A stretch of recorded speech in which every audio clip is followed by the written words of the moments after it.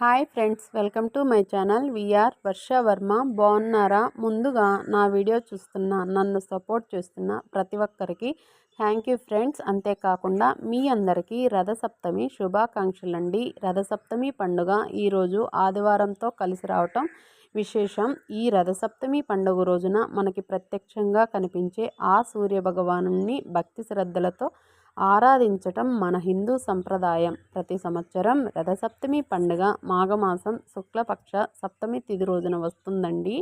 సూర్యభగవానుడు దక్షిణాయనం నుండి ఉత్తరాయణానికి 7 గుర్రాల రథంపై ప్రయాణం సాగిస్తాడని మన పెద్దలు చెబుతుంటారండి. అందుకని ఈ రోజున ఆ సూర్యభగవానుని పూజిస్తే మనకి శుభప్రదమని చెబుతుంటారండి.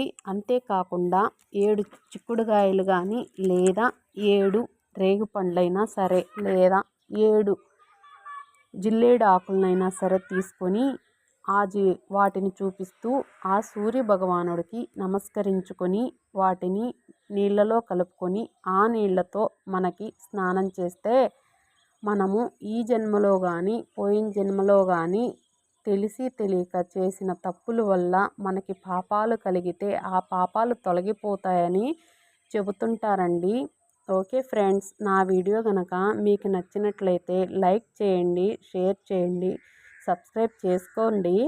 అంతేకాకుండా నా వీడియో మీరందరూ ఎక్కడెక్కడి నుంచి చూస్తున్నారో కామెంట్ చేయండి. ఓకే ఫ్రెండ్స్, బాయ్, ఉంటాను.